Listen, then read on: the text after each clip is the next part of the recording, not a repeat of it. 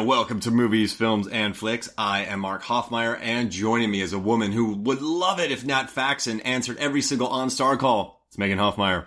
Did you look at my notes? I have his name written down in all caps with 3 exclamation points. Well, it's just such a weird cameo, isn't it? Oscar winner, Nat Faxon. Oh, that's true. I totally forget that he's an Oscar winner when I think about Nat Faxon. Where's Nat Faxon's Oscar? Ooh, is he one of the types that puts it over the toilet? Probably. Does he do that as a joke? Or do you think he showcases it because he worked really hard? Because he won it for The Descendants. Yeah. And then he did Way, Way Back. Oh, such a good movie. Do you think he's proud of it? Do you think he stares at it while drinking cheap scotch and cries? Why would he be crying? He should be laughing and drinking scotch and just so pleased. Jim Rash made a splash at the Oscars that year. Splash? When he mimicked Angelina Jolie. I don't remember that. So this is really weird that we're talking about Nat Faxon, but in Ready or Not, when Grace gets into a car and she calls, what's it called again? OnStar? OnStar or some, movie version of it. Yeah. On Planet. Yeah, there you go. Calls On Planet, and it's him. And he says the car was stolen, he turns it off, and then she swears at him. He has such a memorable voice, too, so it's hard not to picture him saying it. Yeah. It's weird watching him come from the Broken Lizard guys from like Beer Fest and all those movies, and Club Dread, True. to being an Oscar winner. Dreams come true. Yeah, well, he is just so fun. I love Nat Faxon. So, I brought you on for this, Megan, because our listeners, Movies, Films, and Flicks, they voted for this movie. This is our March movie of the month. This is what they voted for. They wanted us to talk about this film. And when they did, I thought the only person that has to join me is my wife, Megan.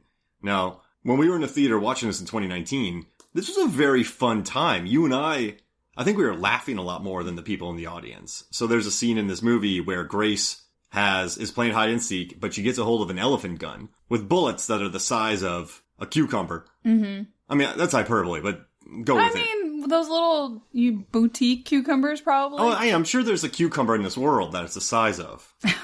But we thought, when he got shot we thought that Stevens was going to get absolutely destroyed. Like, I thought Stevens was just going to... It's a good gag. Yeah, it's a good gag. And they build up to it for so long, because she's at the island, and he walks around. When she has that hero pose in the hallway, when she straps the bullets across her, and she's holding the gun, and she's got her sneakers on. Yeah, doesn't she look at herself and she just like, dang, or she like drops an F-bomb. She says bloody hell or something like that. She's like, oh, geez Louise. Oh, shucks. Yeah, there you go. But yeah, she goes in there and she has this massive gun and the Lay Domas's bodyguard is sitting there and he hears a noise. He goes to look around the island, but she moves. And then he looks again, she moves. All the while you have a kettle brewing on the oven. Yeah, it's such a random thing for him to be doing at that time, too. Knowing that the whole family's walking around, murder on their minds, lots of random weapons, and he's making tea. Oh, maybe caffeine. So maybe he's going to fix them up with some nice tea. Sure. A nice pour over. Who knows? Maybe nice. He's going to do them something, get them some caffeine to kill somebody throughout the night. Enough fuel. And then she finally gets a drop on him, and she pulls the trigger, and nothing happens. And it was a letdown, but I kind of loved it, too, because the easy thing, I guess, would be to have exploded Stevens.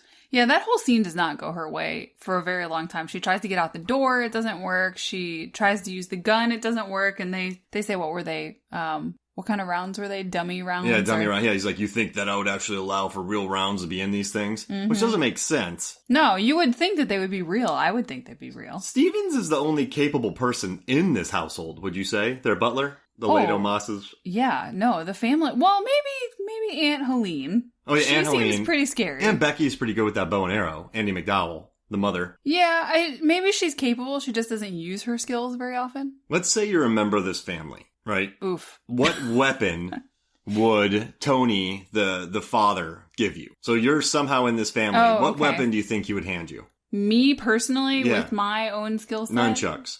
Nunchucks? Gosh, this is a tough question to be sprung on me. Something... They know you. They know who you are, and he's picking out for personalities. What weapon would they hand? Maybe either a gun or a machete? I'd give you a rocket launcher. Oh, that would be awesome. You want a machete? Oh, that's brutal. Well, because I feel like a knife would be too short, and then I'd have to get very close to someone. But a machete, you got some more length. You can sort of slash at things. You'd want like one of those heat-seeking missiles. Less work. What do you think they'd give you? Me? I got Smith & Wesson right here in my fist. Oh, jeez. That'd be terrible. Yeah, it would. Hey, Mark, go find her. Oh, gosh, I'd quit the family. So what are that game that you had, the card game where you have to ask people these existential questions that are really hard to pick between? Oh, Chuck Klosterman did hypotheticals. So I sort of think about this movie in that way. Would you want to be born into the family or marry into the family, not knowing what was going to happen to you? I mean, I guess it has to be born into it because you have your entire bloodline. And you know if you don't let this person, if this person lives, all of you are going to explode into squishy bits. No, this is a spoiler. At the end, and we'll go back to this because it's a great question, but At the end, when they explode, like, where do all their ribs and skeleton go? I think they were just jellified. Just a jellified explosion? Yeah, complete explosion from the inside. Because all the goo that hits people is jellied. Mm-hmm. So there's no, like, if a rib flew out and stabbed somebody, none of that. They're full-on liquefied, and then they explode. Oh my goodness. That's sort of what LaBelle's it looks like. not messing around. He really isn't.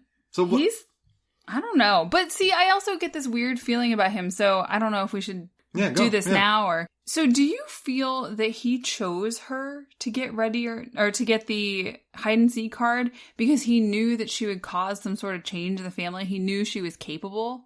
That's an interesting question. Doesn't he tip his head to her at the end after she kills everybody? Because he says, good job. Yeah. He gives her like a nod. So that's sort of this feeling I've been having about the movie every time we rewatch it. I just get the feeling she was chosen. That's an interesting question. That's a really good question. I feel like if Aaron from your next, I made you watch all those clips, if she was chosen, then he would want the family, the Les Domases gone, because she would just murder all of them. But Grace, well, that's a really interesting question. I mean, they've gotten lazy over the years, but he also, what does he get out of this deal? So he gave the great-great-grandfather a box to open. So they call it a Cenobite box, which is from Hellraiser. If you open up the box, the Cenobites come out and then they rip you apart and they're all in leather and you get your skin ripped apart and then you're tortured for the rest of your life. So that box is kind of like a demonic box. So I guess their souls. So all those people that exploded, their souls are going to wherever Domas, not Domas, LaBelle is from. Maybe he feeds on souls. That's very popular in fantasy culture. You know, the gods want souls. It appeases them. Because they're pretty vague about this guy. He met a dude, and then ever since then, they've been doing... I know, I have so many questions. So what happens to her afterwards? Is she just free? Well, she's going to jail. Well, no, I don't mean that. I mean, as far as the spiritual aspect of the movie, I mean... Well, I mean... legal consequences aside. They were trying to kill her.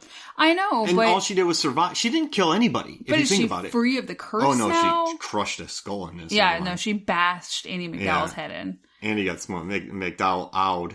Not Owl. Andy McDowell. Owl. What do you think? Does that work? Oh, yeah. That didn't work. I tried. You did. That was good, though. You know, you got to break an egg to make an omelet. And I broke the egg wrong on that one. And I don't mind. I mean, it would be a pretty complicated omelet if you didn't ever break the eggs. That's a really interesting thought. Which one? I don't know. We're going to... there's about 4 we're juggling right now. But what are the consequences? Is she free? Yeah, she must be, because he gave her a little head nod.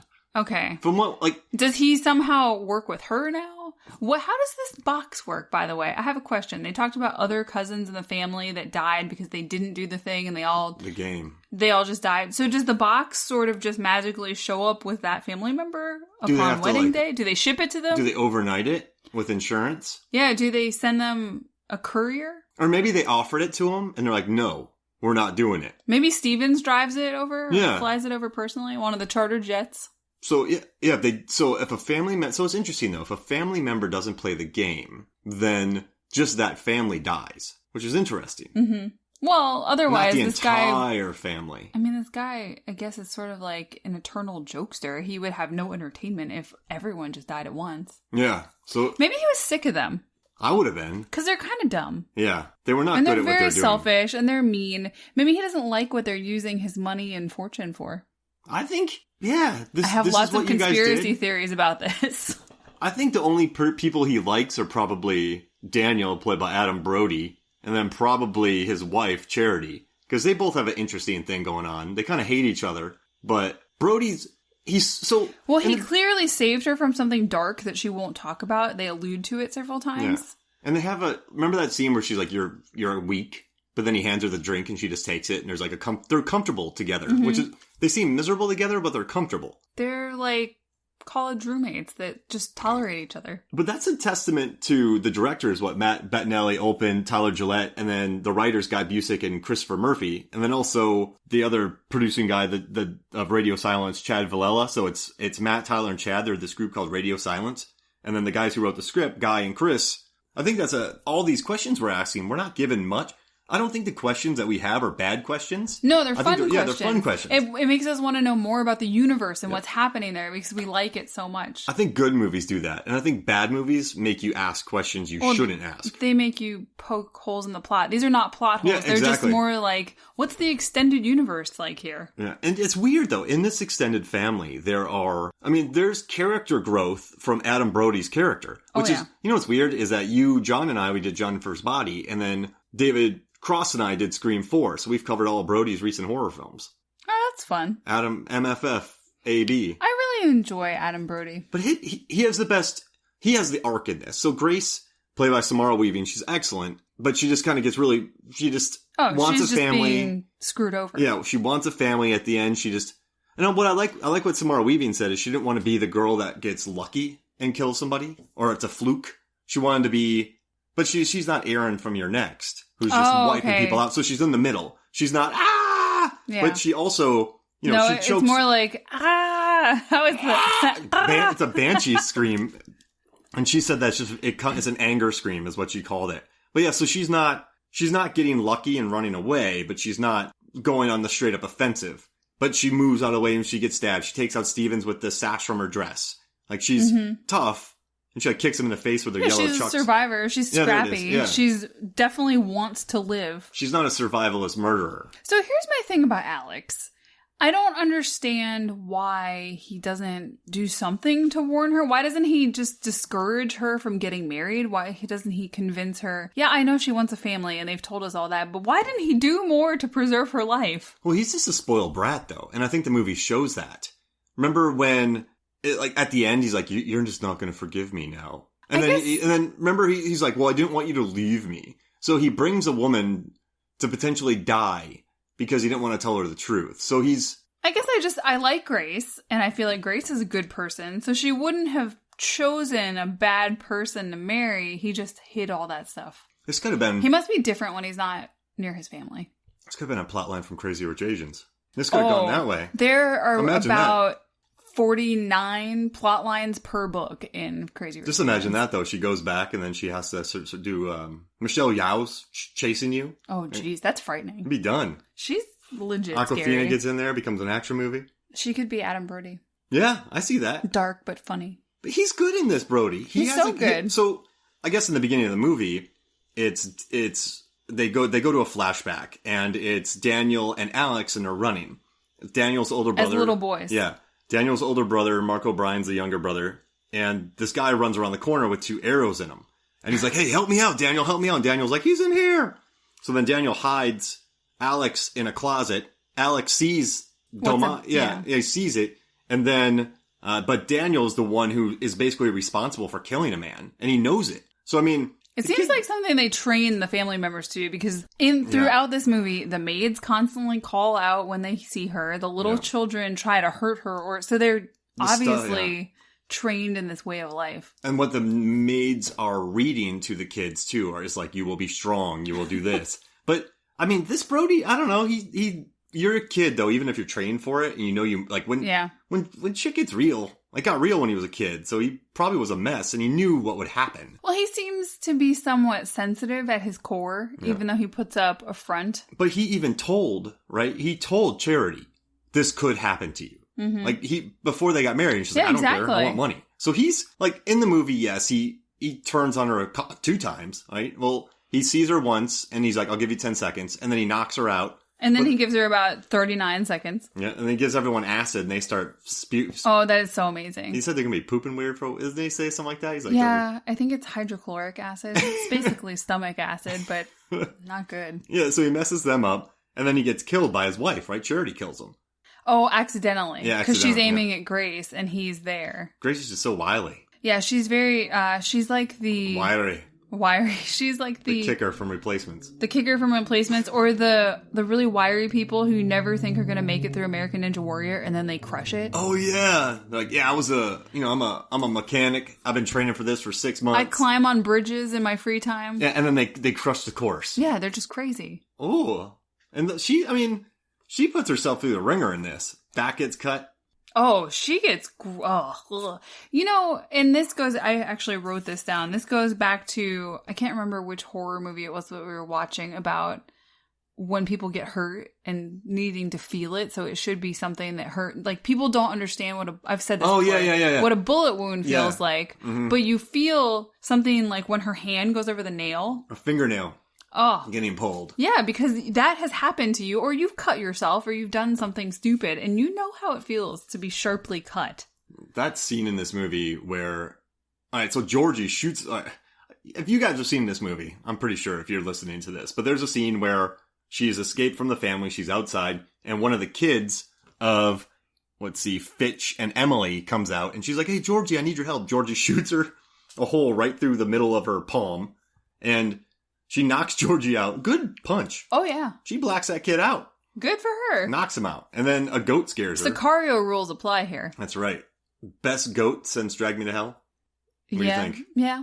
I mean, it pushes her into the well. Oh, that is so gross. And then she falls into a well with a ton of squishy skeletons. All the people they've killed over the years. Lots of disease, and there's probably bugs. Why haven't they poured some lime on this? I'm disappointed in Stevens. He feels more capable than this. Oh, yeah, you're right. Or bleach, or whatever it is you do to break down bodies. Maybe it's a ritual. Or maybe it's just because they're rich and lazy and no one's going to go in their barn. Yeah, they're billionaires. They can get away with it. That wasn't me. That was Stevens. All right, so then when she crawls out, though, and she puts her hand, so she has a hole in her palm. Well, yeah, she has to scrape her way up the wall. Ugh. And then she reaches up and sticks the hole in her hand right through a nail. And that reminds me of, this has been done before. It's kind of funny in You're Next. I keep bringing up this movie, and I hate doing that. But she puts this fake board down with nails in it. And this guy's like, aha, you're not going to get me. Then he steps further in, but he misses the other trap she set up, and he steps right onto the nail. And then in Quiet Place, they set up a nail for about 45 minutes. Then she steps on that. Like, nail gags are bad. Because they make you cringe. Because you've very likely hurt yourself with a nail or a screw or something, or a hammer. And pencil stabs. Pens, knives, just in the kitchen. Yeah. I mean, just, like, I think they were talking about fingernails, right? You feel, like, when someone's fingernail gets ripped off, you're like, ooh! Mm-hmm. Like, you've gone a little too far picking your fingers. This conversation is making me very uncomfortable. But it's such a good scene, though. It is. And I actually, one of my favorite moments in the film happens when Charity sees Grace running through the yard, and Charity's like, oh, I'm going to kill you now. And she shoots her bow and arrow, a crossbow, and the crossbow flies 40 yards the other way. Mm-hmm. Remember that scene? Yes. So she's probably the only... Her and Stevens are probably the only... Well, she's a survivor, too. She wants to live. She clearly has some bad thing in her past. She was abused, or who knows what. I'm not going back. Yeah. That's her whole thing. I'm not going back to that lifestyle, so I am down to kill. I never thought about the fact that Daniel really warned her about that. Yeah, and I would assume Fitch was probably warned as well, because... And he didn't believe it. Fitch didn't. Do you think Fitch believed it? No, he probably thought it was just stupid. Yeah, stupid. So that's a whole nother part of this story, the believers versus the non-believers. Yeah, poor Aunt Helene, who lost her husband on her wedding night. You know, they talked about her hair in this, so I listened to the commentary, and then I listened to the behind-the-scenes interviews, and then I read every interview I could find, and they talked about her hair in this, and they called it like a shark fin hair. I kind of loved it, and the studio was really worried about it. Her hat's like a shark fin? Yeah. No, the studio was really worried about it. She went full Deep Blue Sea. But then they saw more footage, and like, oh, okay, we get it. Readiest, noddest. Her hair's like a shark fin. Oh my goodness. I like that. New song, remix. I'm going to make a meme. But yeah, so she's kind of just accepted. She knows that this curse is real. And she seems all these rich kids don't believe it. You know, like, oh, brown-haired niece, you know, you're still alive. I love that line. So she's lost because of this. Well, she believes it because I think she's a little kooky. Yeah. But she hasn't seen the proof. Now, the father, Henry Zerny Tony, he says there was another part of the family that didn't do it. They woke up, blah, blah, blah. So he knows it's real. But Or I guess you could still rack it up to real. A bad, oh yeah, something bad happened to them. He mentioned 3 of those, though. Yeah, that's true. You know, I'm gonna. So I think there are some people who believe and some people who just play along because they feel like they have to. But then they tell us later in the movie about all the rituals that they have done all their lives to learn how to deal with this stuff. So is there an annual ritual? Well, I think the letting of the goats. There might be an annual ritual, or whenever there's a game and a person isn't sacrificed, they sacrifice a goat. Oh, interesting. But it could be an annual one too. I don't know. But there's goats down there. No wonder that goat. Sure. That goat was like, "I'm not going down there. You're going down there," and he pushes her. Oh. That goat didn't want to die. Well, poor goat. That goat knew what was going on. Goat should run away. Can I tell you something real quick about the costume design? Yeah. So Avery Pelouse, she did an excellent job on this, and a lot of people talk about it, but they had 17 different dresses in this film for Grace, and I kind of love how everything was functional for her. And Avery actually she got some chucks. And she came up with the color herself to make them yellow in that, which I thought was really cool. But yeah, the dress is neat. There's 17 different dresses, all for the different distress that you go through. And it was 5 pieces. And yeah, like the skirt, the overpiece, the corset, the lace overlay, the skirt. What's sash. That 3? The sash. And then the bowler hat. The fascinator. She had the little thing that goes over the corset. No, that was the lace overlay. I can't remember what the last You used a fancy word. I said the thing that goes over it. Yeah. But yeah, 5 parts. It was so much like my wedding dress, right? Yeah, you're right. All those parts. Oh, yours was so much better. And then I ripped it up so we could go partying and, we crushed it. We knocked Thriller out on the dance floor. Exactly. Jen Garner and Mark Ruffalo joined us. And Judy Greer. They were filming in town. Yeah. But they were acting. It was 13 going on 30. They said they were 30, but they were acting like 13-year-olds. It was 33 going on 15. 15? Yeah. It's like Benjamin Button. I'm really hoping that I can get this movie made, Meg. It's called 37 Again, starring me and Dolph Lundgren. We switch roles. Okay. So he becomes me, I become him. I see it. 30. But yeah, so Avery in this movie, I like the dresses a lot, and there's a lot to be read on that, but I also like what she did with the other characters. So she got, for the father, who she got for Tony, she did tone on tone with him. Tone on Tony? And then, oh gosh. But she got him a beautiful Dolce & Gabbana. He did look quite sharp. Like very, like, bondish, he looked very tailored, very fitted and sharp, and just everything was crisp lines. I love, like, that Dolce & Gabbana. That was a nice top. Like, they loved it. And then what they did she put a cardinal uniform and a cape on Aunt Helene. So Aunt Helene's wearing a cardinal uniform. Oh, I see it now. Which is really interesting. And then I like what she did a lot with Emily. And so she just dressed her in different things. So she looks like someone who could just go to a music festival and pull it off. So basically what she said was, it's an insane outfit that a lot of people probably couldn't pull off, but she nails it. Okay. Maybe people are too busy looking at the cocaine bubble in her nose in her outfit. Or her going, I don't know what I'm doing. She's so funny. She's so good. She's the biggest killer in this movie. She kills the 2 maids. I know. She's the best accidental killer. I'm such an idiot. You're not an idiot. She's the daddy's girl. She's such a daddy's girl. She goes over and hugs him. I'm like, oh yeah, but then he still sends her to the barn because he doesn't think she's capable. Yeah, her and Adam Brody. Can I tell you a really funny headline I read, speaking of the dress? It was the Chicago Sun-Times, and I was just so pleased with it. You already covered the material in what you've said, but this headline killed me. Say yes to the distress. Oh, that's a good one. I know, I was very pleased I'd have quit. I said, good job. Good job. I'd have retired. I'm done. Pretty amazing. I'll never do better than that. But I don't know. I guess I dig how, she put Adam Brody Daniel in a very Gatsby type outfit, and she did the same with Charity. Just kind of like his unbuttoned look. It's very kind of Gatsby. And then with her, she kind of had more of like a 1920s dress, Charity. And then Andie MacDowell just had that black dress that was very simple, elegant. So I thought it was interesting how, like, if you think about Gatsby, he's new money. Mm-hmm. So Charity, she's kind of new money. It's funny. Then she has that dress. I never thought of her dress that way because I know exactly what dress that is. Yeah. It is very popular in weddings and for bridesmaids nowadays. It's an Adriana Popple dress. Oh. And it comes in multiple blushy sort of colors, different color beading, but it is super popular. I've seen it in a million friends' weddings. So I was distracted by the fact that I knew what the dress is.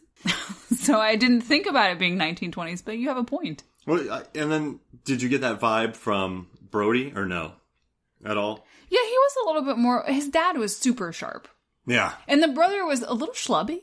A little, because I guess he was gone for 2 years. And then Fitch, right? Just kind of a little schlubby. I mean, didn't he have a cummerbund on? The groom? No. Or Fitch? Fitch. Yeah, Fitch was tailored. Okay, Fitch was like... Yeah, the groom was just... He seemed a little unkempt, or maybe everything was a bit looser. Like, he was just being, I don't care. Henry I'm not Golding. a part of this. Crazy Rich Asians. I don't want to dress like this. You know, on the day of that wedding, a wood chipper was going off?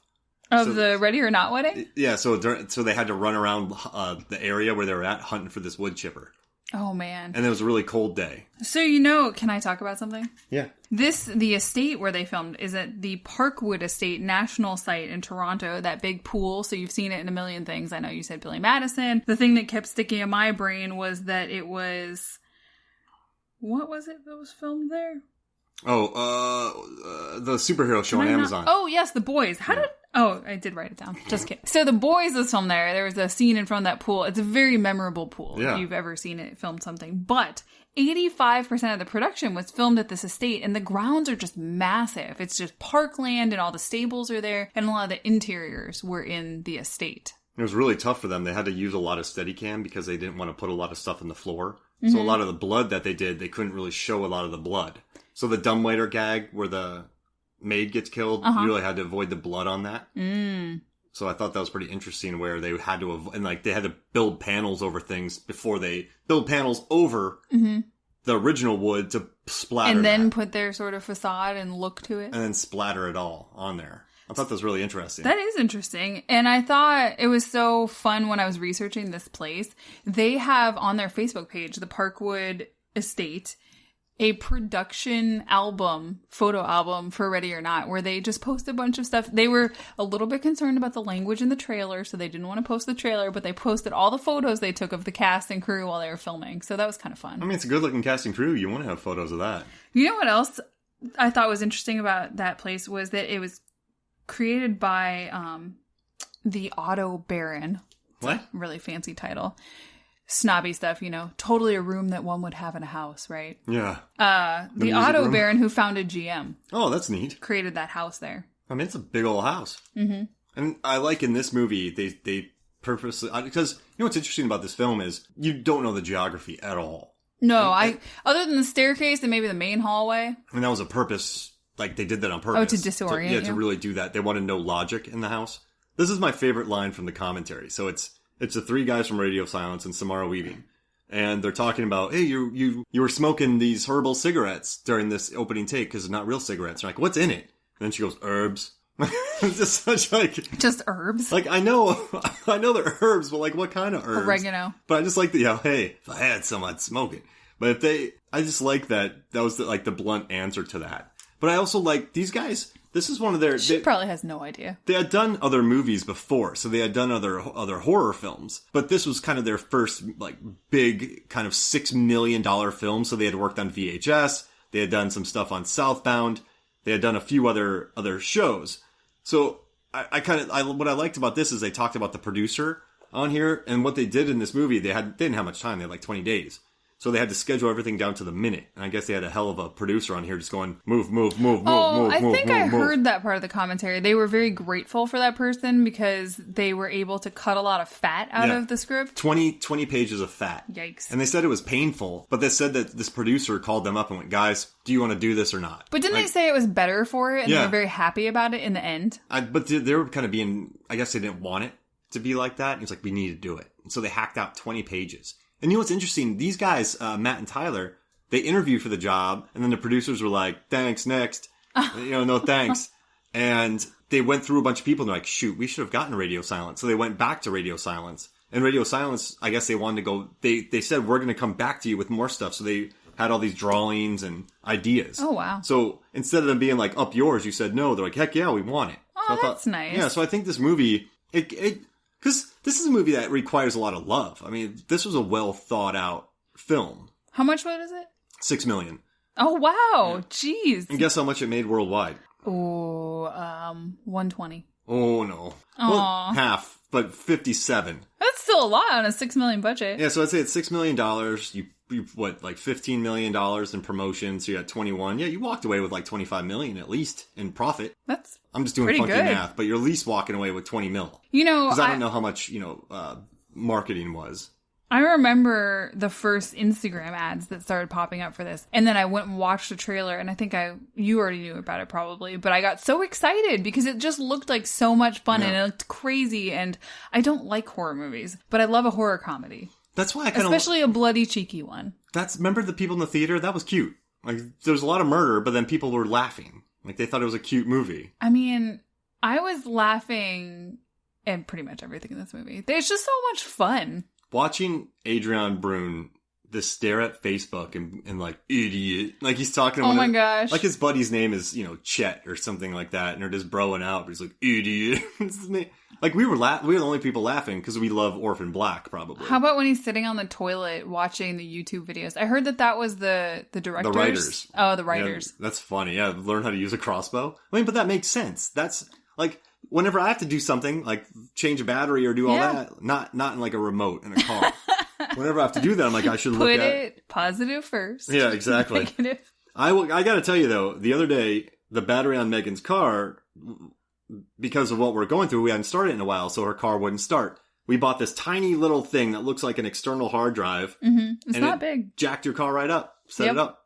That's impressive, huh? It did. You didn't think it would happen. Well, the first time we used it on your truck, not on my car. Yeah, now right. I'm a believer. Well, I do think it's pretty funny, though, that the days that they shot outside were the coldest days that they had. Well, it's Toronto. Yeah, you're right. Chilly? I guess as long as there's not snow on the ground. Yeah, makes sense. Because so much of it's in the house, you know? Like, they also built a fake dumbwaiter in this? Why? Well, because there wasn't a dumbwaiter. Oh. And so they built a fake one, and they told their prop guy, yeah, just put it in. And the guy's like, okay, I'll just build a fake dumbwaiter, like, you idiot. And then another fact I like from this is there was only 5 candelabras, and a lot of people talk about this, but I saw that too. I've worked on a lot of indies before where I stupidly use the same plant in every room because I just didn't know how else to decorate anything because we had no money. But yeah, so they used 5 candelabras in this movie, and they just switched in a different place. But 5 is a lot. When they say they only had 5 candelabras, give me 5. I mean, if they're big iron candelabras, shoot. I could stretch 5 candelabras all day. I mean, when we got married, the church said, we have 4 candelabras. Would you like to use them? Of course I would like to use them. They're free. I'll be like, you have 5? Place them around the front for dramatic effect, please. Like, that sounds amazing to me, right? 5? Yeah. So when people are, we only had 5 candelabras. I'm like, shoot, I would have worked with half of one. Yeah, I can put 1 in this room, 2 in that room. I had PAs in the background holding candles. Blowing on them. Yeah, just holding them, pretending to be candelabras. And they had no matches, so they had to use sticks. Exactly. We had no money. And you're telling me, 5 candelabras. Jeez Louise. Please. But anyway, how about this? Let's take a quick break, and when we come back, we will talk more Ready or Not. Or Ron, as they call it. I'm ready. All right, we'll be right back. Welcome back to Movies, Films, and Flicks. And Megan, you're right. I don't think we spent enough time on the hypotheticals by Chuck Klosterman for this movie. So, is it better to be born into the family? Or is it better to be married into the family? Yeah. I mean, I guess if we went with the road I was talking about earlier, where you were just very straightforward with the person, you convince them that we don't need to be married, and then maybe you set up some legal things where they would get benefits from you later or something like that. That would be fine, either side. Yeah. But that's a cop-out, so what's the easier one? I don't know. I think I would rather marry into the family. Not be born? Yeah, because, I mean, what if you're the one to screw it up and kill everybody? So you're making the choice. Yeah. Because if you're the family member, you're bringing someone in to potentially die. Mm-hmm. So I guess if they tell you it... Yeah, it feels like such a jerk move, right? Yeah, and that's why this Mark kid in this movie, the more we've watched it, Alex, I don't Mark like O'Brien, him. But he does a good job because... Being sympathetic at first? Yeah, so he's sympathetic at first, and then he kind of turns. And Aunt Helene says it too, like he's the one that's going to do it. And he's the favorite son. Remember when Adam Brody is like, yeah, he's your favorite son? It's like, we know it, and they start laughing together. Yeah, I definitely thought that his betrayal would come much sooner. Yeah. They held it off for a long time, and I think that was really good. Remember, all right, Andy McDowell tries to kill Grace. Grace smashes her head in with a box, and there's hair, and blood on the box. Matted on it. Gross. Alex comes in and sees it, and he's like, you're never gonna forgive me for this. And then he turns. But I feel like that turn was inevitable. Yeah, it was. And that's why I commend them for how long they held it off, because you feel like it's going to happen no matter what. There's no way that it doesn't happen. But they keep it to the very end. I mean, it's a very selfish move, though, what he says to her. Oh, I didn't want you to leave me. And then Brody comes through with the poison. Yeah, he just had enough of it. When perfect brother Alex comes back and he's ready to stake his wife on a table. But I mean, Brody's there. Like, he's just a drunk. I think he's probably sick of it. Because, I mean, how bad is that? Every time one of your siblings get married, you have to go through this. And then say your children are going to go through this. Yeah. That's probably I wonder if the two would even bother with that. Probably not. Yeah. What happens if you get a divorce? Oh, good question. Because then you don't want to go through that again and bring somebody else in. Yeah, no. And then what if, like, imagine if, do you have to sign an NDA? Because let's say they do get a divorce, and then Charity's like, yeah, they're family, they make you play a game, but they say they kill people every now and again. I mean, I feel like people probably aren't going to talk about that. It's just too weird. Who's going to believe you? They would think you're crazy. Yeah, maybe. And I guess if you're a billionaire, you can hire good lawyers and writers. So I have a theory about the whole was Grace chosen thing. Yeah. I think, and maybe I'm completely off base and just reading into this, but that LaBelle is interested in good people. So he's sick of the family. The only real good person left is Brody, and he's sort of a recovering bad person. And he was killed before he could explode, so who knows if he would have exploded. Maybe, and maybe if it was up to him, maybe since he's so sick of things, but the family has gone too far down that they're very selfish. They just buy things in vanity. They're all just sort of awful. They teach their children to murder people. They're not very redeeming people. No. So, or just like Andie MacDowell, she's just completely complicit because, hey, this is my life, whatever. Mm-hmm. I feel like he chose Grace because she's a good person, and they're not anymore. I mean, do you think? No, I think so.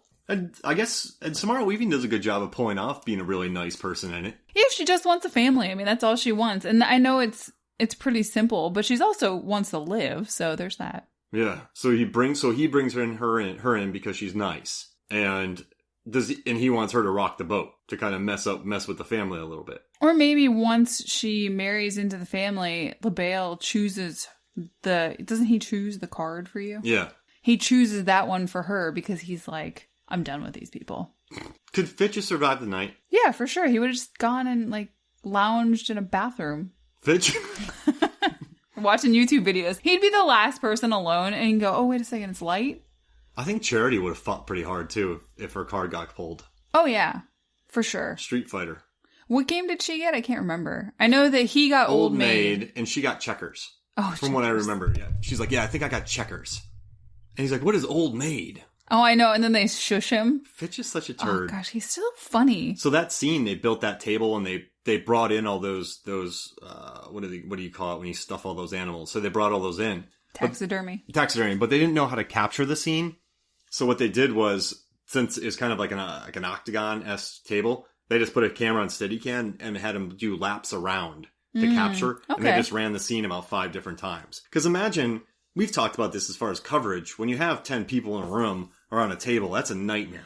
Like, you can't go, if you're doing OT over the shoulders on each person and like getting their coverage, it's a nightmare. Trying to get it from both sides, or then you end up either grouping people in 2 places. It's hard to. So I thought that was a pretty interesting thing. I'm trying to think of the last movie that had a bunch of people that covered things well, but I think Knives Out did a good job, but most people ended up in the same room though. Like, they were all just clustered. That's a lot of coverage though. Mm-hmm. That's annoying. I wish people would. Dumbest car chase ever. I love that movie. I wish everyone on the planet knew how pain in the butt it was to get coverage. Like gotta get the wide shot, then get the close up, then get the medium shot, then maybe the OTS, and flip it. Yeah. Nightmare. They avoided that though. Gotta get plates. But they avoided that though on this, so I dug it. Any other cool theories for me? I think I am maxed out on the theories. I do have one good piece of trivia. Uh-oh. Emily's gun, the one that she does a terrible job with in the beginning and she kills the maid, is the same type of gun from Clue, which is a board game. Oh, hey. It's a pepper box revolver. Wow. So that's some good planning on their part. That's fun. Yeah, it's fun. I thought that takes place inside the house. Out of all the trivia, those are the few things I wrote down. And she kills a maid with it? No, she kills. Yeah, she shoots the maid in the beginning. Mm-hmm. Yeah, shoots right in the face and she keeps gargling. Yeah, and then Aunt Helene chops her head off. That's the second maid. Both maids gargle. Yeah. You think they're dead. They play that, like, that's a tightrope to walk on, is it not? You're murdering people, and you're playing it for a gag. So you have to get the tone right. Well, there's the gargle gag, and then there's Aunt Helene just being a stone-faced killer who's totally in on this cult thing. Yeah. And chops their heads off. So Grace gets killed. I guess she doesn't have much of a family.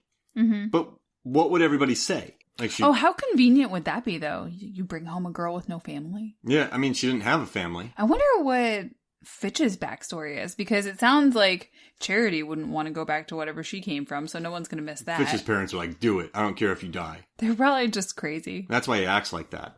What do you think? I don't know. That's an interesting thing to explore. Because the next day, everyone gets together. It's a gnarly thing. Maybe just being a part of this family makes you more attracted to loners. Maybe. Is that what they have to look for? Possibly. I mean, it appears so. Didn't Andy McDowell she was a blue blood, you know? She came from a poor background, she said. What about, do you think Fitch was pretty womaned by Emily? Maybe. So Christian Brun was a prostitute. I don't know. She's kind of stupid. Christian Brun was a prostitute. He was a gigolo on the streets. Oh my gosh. And she gets him and she dresses him up and she turns him, gets him the nice thing and flaps the jewelry case on his fingers. Do you think she pretty womaned him? I don't know. She seems too stupid. He gets his hair done. She's very funny, but not very smart. Extremely indulgent. She'd be fun to party with. Oh yeah. I don't know if I could stand to party with her. She's in my 20s. Next level. But like, if you're at an event with them, she's going to buy out the bar. Oh, yeah. So it's like, she's going to be there tonight, free whiskey. Sounds good to me. She had that big old cocaine bubble on her nose. It's kind of gross. That was a good move by Grace, though. Grace just kind of does a subtle thing. To clean it up. Yeah, but she did like a hand motion. I like when she gives herself the pep talk in the mirror and she smacks her. You've got this. And then doesn't Fitch do that, too? He's like, come on, Fitch, don't be a bitch. Doesn't he? He starts slapping himself. Yeah, I think so. I mean, he was down to do it at the end. Because remember when... Well, I mean, he's invested. He has children. Yeah. He has a very pretty yet weird and not very smart wife. Remember when Lots of money. Lots of money. Billions of dollars. He's got a lifestyle. Yeah. He needs those charters. Oh, no, we have a cat fight in our room. Uh-oh. So right now, I just want to give you guys a heads up if you're listening. Stella, our older cat. Oh, no. Oh, no. Oh, gosh. Oh, she just bit my other cat's foot. Oh, we could turn this into a Final Fights. Yeah, Final Fights. Listen to those, by the way. They're a lot of fun. But so at the end, this movie made me money. Yeah. Because remember the Cracked article I wrote because of this? Oh, right. So I wrote an article about characters who will most certainly be arrested after the movie ends. And I didn't use this one because it would have been a spoiler. I mean, but will she be arrested? You don't think she would be seen as a victim? How do you explain it? I don't know. You escaped. I'd show him the barn. Like, there's bodies down there that are years old. She doesn't have any gunpowder on her hands. Yeah. Wait, no, I guess not. I mean, she's traumatized. They came up and put a little blanket around her. I think she'll be all right, but that's a tough one. So what are you going to say to cops? So I married into this billionaire family. And they tried to murder me. Keep it simple. Yeah, they tried to murder me. And then what happened? Well, a fire happened. Well, why are their bodies liquefied jelly? I don't know. Fire. Drugs. Who knows? Yeah, explain drugs. Maybe the hydrochloric acid liquefied their insides before they blew up. Because they're not going to be able to run autopsies. The only people they can run autopsies are on the Annie maids. McDowell, because she died first. And then Adam Brody. Yeah. The rest of them are exploded jelly. Mm-hmm. Is that house going to completely go down? It's probably for the best if it does. Yeah, it's no good. No one wants to go back there. But there's got to be other family members. Oh, what happened to the card box? I don't think... LaBelle's got to be able to Does it magically repopulate somewhere else? It's like the thing from... Or it's just protected from fire and all elements? I mean, it didn't... So, all right, that's a wooden box. And she used a wooden box to smash in a woman's skull. And it was fine. Mm-hmm. That's true. I feel like most wooden boxes... Maybe it has metal coating? I think the integrity is pretty good in it. I mean, it's been around for a couple hundred years. So who is LaBelle? What do you mean? Like, who is this guy? Who is this man? This person. This deity. I guess it's a man as we see at the end. Yeah. He's, he can't be any place good if this is the consequences. Yeah. Maybe he's in the in-between world, in the purgatory. And this is how maybe he needs enough souls to move on. Do you think it's like a magician's type god? Or do you think it's like the devil from traditional story? I think it'd probably be more like the devil, more like fantasy where there are angels and demons and multiple deities. Maybe not like the one god and the one devil, but the kind where there are different gods that people worship. LaBelle's his brother that he hates. He's his uncle. Because that's small work. I mean, he's that uncle. Do you think he goes around the world doing that to people? I mean, maybe when he was alive, but I think he's tied to this family now. You don't think he showed up in, like, he's a spirit, but he can become a human? Oh, that would be really, show up in that? Really deeply upsetting. And he just finds people who can solve the box? Now you're going to give me nightmares. Good. You never get nightmares. I get nightmares. I'll be happy to do that. You've heard me screaming. Oh, I do love how in the beginning when Grace says she's part of the family empire and they correct her extremely casually and call it, Dominion. Yeah, Dominion. That's amazing. Which alludes very much to the whole hell, fire, brimstone, things of that nature. They're so mean to her in the beginning, though, when he's like, you don't belong in this family. He's like, well, I mean that as a compliment. You're nice. Yeah. But then he's like, the dad's like, he could have done so much better. I know. And like, then he says to Brody, he's like, I love all of you equally, and they all laugh. Yeah. And then Charity says that she's pretty, but at a last call at a dive bar kind of way. Ooh. They're really going at her. So like, they're pretty terrible to her in the beginning. I mean, I think they're just, again, it goes back to Grace is a good person, and they're just terrible in general. Yeah. But I think Alex is part of that, though. Oh, yeah. Kid's no good. All right. What do you think about the music room? Is it a totally normal room or not? It's total. I mean, Mark, we have a music room. Yeah. Wait. I guess we do. Yeah. With all our taxidermied. Yeah. And a cabinet full of board games. Yeah.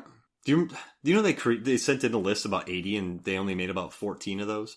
But they designed them all. For like they're brand new games. Oh, like completely for this movie? Yeah, for this because the family they wanted to create new things, but I thought that was fun. Yeah, if you go on the Parkwood Estate album that I mentioned before, they actually have a close-up picture of the cabinet with the fake games sitting in it. Oh, nice. So you can see some of the fun titles. So what are your favorite moments in this movie? If you had to take 3 favorite moments. I definitely like the Aunt Helene saying, brown-haired niece, you still exist. Yeah, I love that. I just love how scathing that is. Yeah. So mean.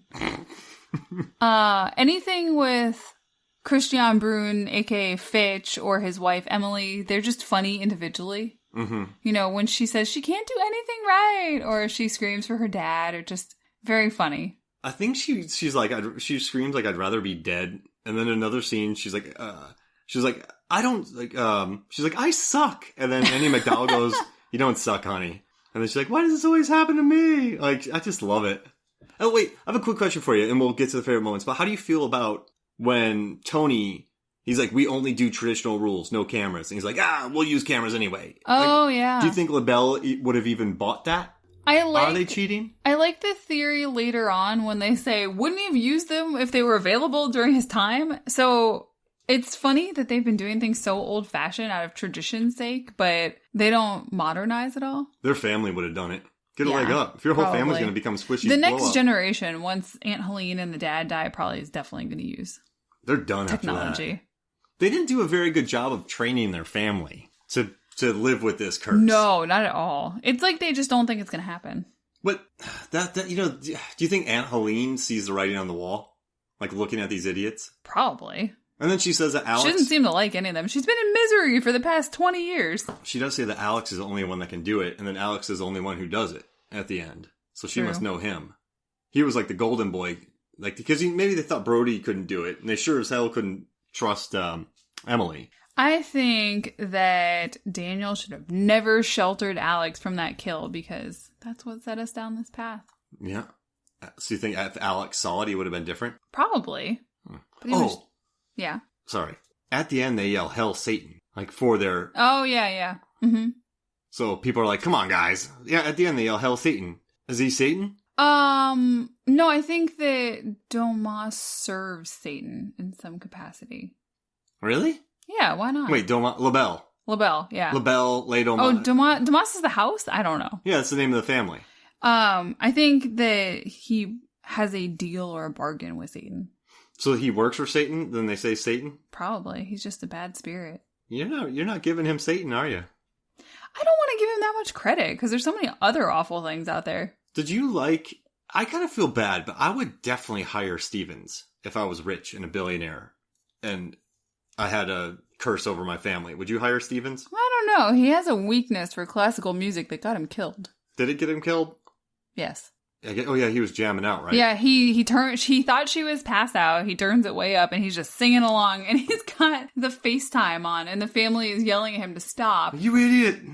And she kicks him in the face 3 times. You know what? I think that tea was for himself. He was just treating himself to some nighttime tea while they hunted because he doesn't have to kill her. Yeah. Wouldn't he want to help though? I guess he's not blowing up either way. I don't know that Stevens is very good.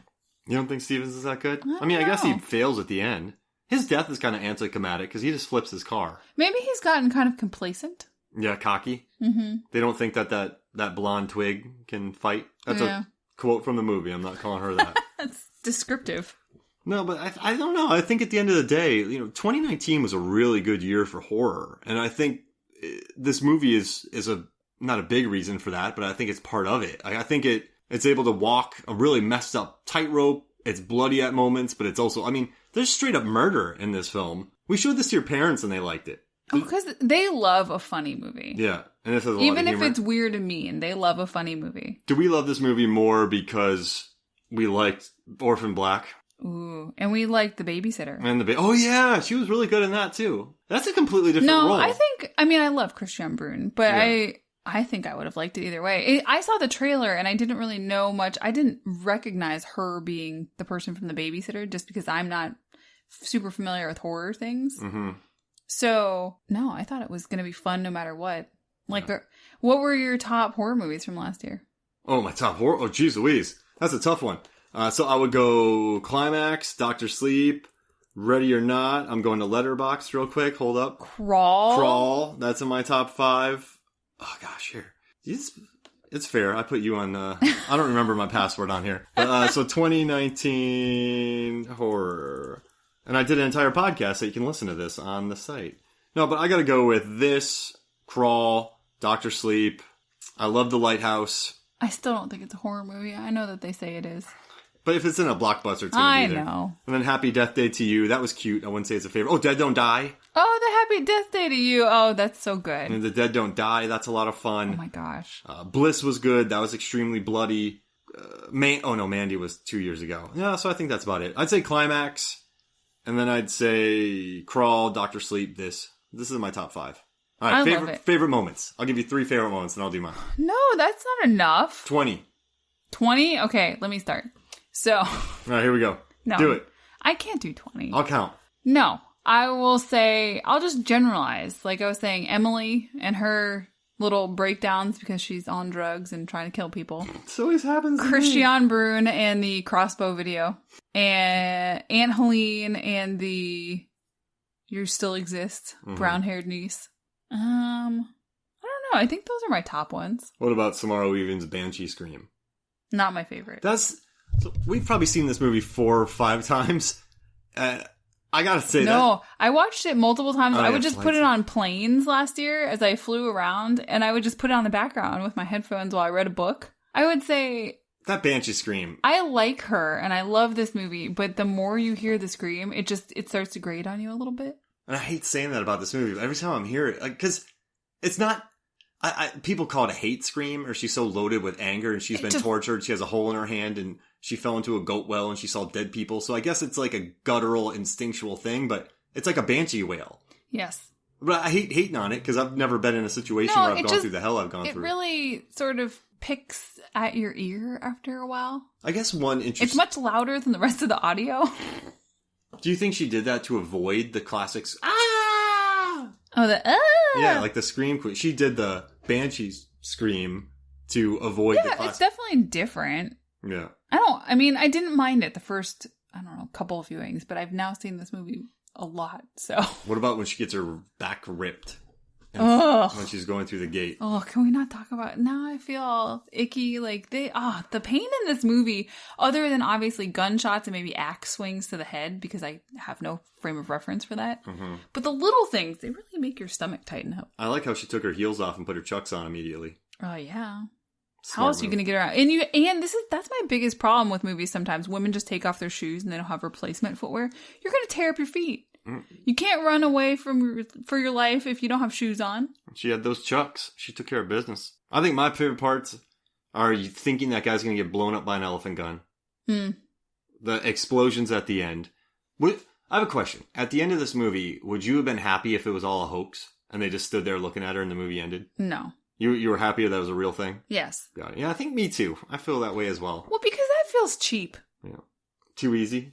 I guess people may say that they explode is the easy thing, but maybe a twist is the easy thing to do. But I feel like it's not easy. They're actually following through. They're not trying to just trick us. You had Brody who gave up his family. He chose... Yeah.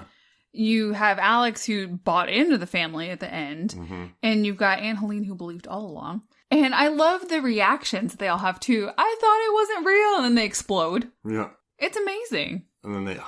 into goo. So those are I have one more. I gotta think of one more favorite scene. Let's see. And I don't want to do the ones you did. I think it's just when Christian Bruhl's sitting in that room going, idiot, looking at his buddy's Facebook post. Oh, I have one more. I do like when Alex is prepping her in that back hallway about where to go and how to get out of the house. And she's ripping her dress and putting her sneakers on. When he basically makes it sound like it was her fault. You wanted to get married, and then she smacks him and screams. You're blaming me? Yeah. Yeah. That's the scene, though, where you're like, ooh, this guy's no good. Yeah. Yeah.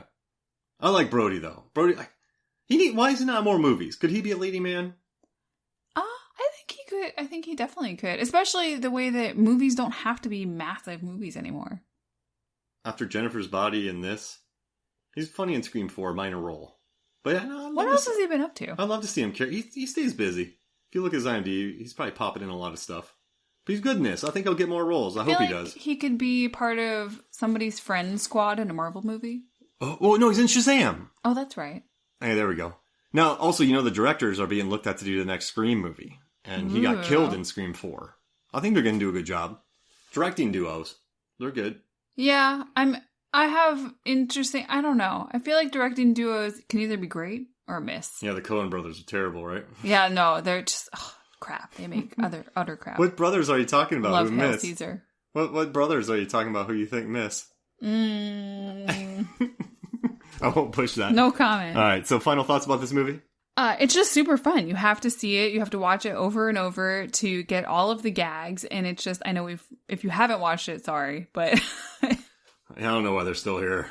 That's tough. It's just, it's a good time. I know that I laughed through Crawl, and it was because it was sort of cheeky, even though it's played serious. Mm-hmm. But this is just funny. All right, let's do a quick draft. What should we do? Should we do an Adam Brody draft, Andy McDowell draft? Should we do should we do a movie featuring a goat?